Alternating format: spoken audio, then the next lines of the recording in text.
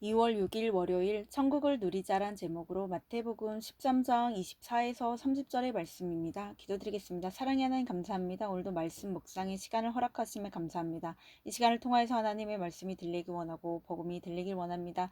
말씀대로 믿고 살고 누리는 인생이 되게 하시며 이 시간에도 함께하여 주시옵소서. 감사드렸고 예수님의 거룩하신 이름으로 기도드립니다. 아멘. 본문의 말씀입니다. 예수께서 그들 앞에 또 비유를 들어 이르시되 천국은 좋은 씨를 제밭에 뿌린 사람과 같으니 사람들이 잘 때 그 원수가 와서 곡식 가운데 가라지를 덧뿌리고 갔더니 싹이 나고 결실할 때에 가라지도 보이거늘 집주인의 종들이 와서 말하되 주여 밭에 좋은 씨를 뿌리지 아니하였나이까? 그런데 가라지가 어디서 생겼나이까? 주인이 이르되 원수가 이렇게 하였구나. 종들이 말하되 그러면 우리가 가서 이것을 뽑기를 원하시나이까? 주인이 이르되 가만두라. 가라지를 뽑다가 곡식까지 뽑을까 염려하노라. 둘 다 추수 때까지 함께 자라게 두라. 추수 때에 내가 추수꾼들에게 말하기를 가라지는 먼저 거두어 불사르게 단으로 묶고 곡식은 모아 내 곡간에 넣으라 하리라. 도움말입니다. 원수는 반대자, 적대자, 원한이 맺힐 정도로 해를 끼친 사람이나 집단, 여기서는 사탄을 가리킵니다. 가라지는 벽과의 하늘살이 풀로 팔레스타인 지방에 서식하는 보리와 비슷하게 생긴 독보리이며 경련, 설사를 일으키고 사망에까지 이르게 합니다. 덧뿌리다는 씨 따위를 뿌린 뒤에 다시 뿌리거나 덧뿌리는 걸 말하는 것이고, 추수는 가을에 익은 곡식을 거두어 드리는 것입니다. 곡간은 물건을 저장해 두는 곳을 말합니다. 본문 요약입니다. 예수께서 천국은 좋은 씨를 제밭에 뿌린 사람과 같다고 비유하십니다. 그리고 사람들이 잘 때 원수가 곡식 가운데 가라지를 뿌리고 가더라도 그것을 뽑다가 곡식까지 뽑을 수 있으니 가만두라고 하십니다. 둘 다 추수 때까지 함께 자라게 두면 예수님이 추수꾼들을 통해 나중에 가라지를 불사르겠다고 하십니다.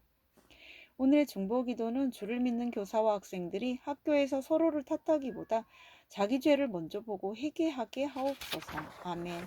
본문의 설입니다. 첫 번째, 좋은 씨를 밭에 뿌린 사람. 24절의 내용입니다. 예수님이 천국을 좋은 씨를 제밭에 뿌린 사람으로 비유하십니다. 씨는 언약의 후손, 천국의 아들을 의미합니다. 예수님을 믿어도 힘든 환경이 당장 변하지 않을 수 있습니다. 하지만 어느 곳에든지 예수의 씨가 뿌려지면 그 생명이 회개에 합당한 열매를 맺게 하여 그곳 자체가 천국이 됩니다. 그리스도인 각 사람이 부르심을 받은 가정, 직장, 공동체에서 영생의 열매를 맺어가는 것이 천국입니다. 내가 그리스도의 생명을 지닌 씨가 되어 삶의 자리에서 뿌리를 내릴 때 주님이 성령의 열매를 맺게 하십니다. 적용 질문입니다. 좋은 씨가 뿌려지는 것을 원하고 또 그런 장소인 믿음의 공동체에 거하고 있습니까? 두 번째, 잘 때 뿌려진 가라지 25절의 내용입니다. 좋은 씨가 뿌려진 좋은 밭이라 할지라도 알곡과 가라지가 함께 자랍니다. 인간은 100% 죄인이기에 가라지 없는 성도도 가라지 없는 공동체도 없습니다. 그러나 가라지는 우리가 스스로 뿌리는 것이 아니고 외적인 요인에 의해 뿌려집니다. 그러므로 영적으로 깨어 있지 않으면 나 자신도 모르게 내 마음에 가라지가 자랍니다. 스스로 깨어 있기 어려운 나에게 하나님이 힘든 사건을 주시고 그것을 함께 나누며 갈 믿음의 공동체를 허락하심으로 영적으로 잠자고 있는 나를 깨우십니다. 적용 질문입니다. 가라지가 뿌려지는 것을 막도록 깨어 있으라고 하나님이 나에게 허락하신 힘든 사건은 무엇입니까? 그것에 감사합니까? 세 번째, 불살라질 가라지 26에서 30절의 내용입니다. 예수님은 가라지가 곡식과 함께 자라도록 뽑지 말고 가만두라고 하십니다. 추수 때가 되면 가라지가 곡식에 딸려 나온다고 해도 곡식의 알곡이 다 익은 상태이기에 그때 가라지를 뽑아서 불사르면 됩니다. 따라서 우리는 알곡이 빼곡히 자라 곡식이 될 때까지 기다려야 합니다. 알곡이 곡식이 될 때까지 가라지가 수고하는 것입니다. 내 옆에 가라지 같은 사람이 있어 인생이 힘들다면 내 속에 있는 가라지를 보고 회개해야 합니다. 그러다 보면 하나님이 내 속에 있는 가라지도 밖에 있는 가라지도 처리해 주십니다. 적용 질문입니다. 뽑아내고 싶은 내 옆의 가라지는 누구입니까? 오늘 기도하기는 가라지 같은 사람 때문에 지금 제가 힘든 것은 영적으로 잠들어 가라지가 지도록 내버려둔 제 삶의 결론입니다. 제 속에 있는 가라지를 먼저 볼 수 있는 은혜와 가라지 같은 이들을 감당할 수 있는 힘을 허락해 주옵소서. 내 힘으로 그들을 뽑지 않고 하나님의 때까지 잘 기다리게 하옵소서. 아멘. 묵상 간증입니다. 믿음의 유산이란 제목으로 김선웅님의 말씀 적용글입니다. 아버지는 대학에 입학한 후 할아버지께서 사고로 돌아가시면서 결국 학비를 내지 못해 학교를 중퇴하셨습니다. 그 후 회사를 다니시던 아버지는 결혼하여 저를 포함해 5남매를 낳으셨습니다. 하지만 아버지는 대학을 졸업하지 못했다는 이유로 세상을 비관하며 솔로 긴 세월을 보내셨습니다.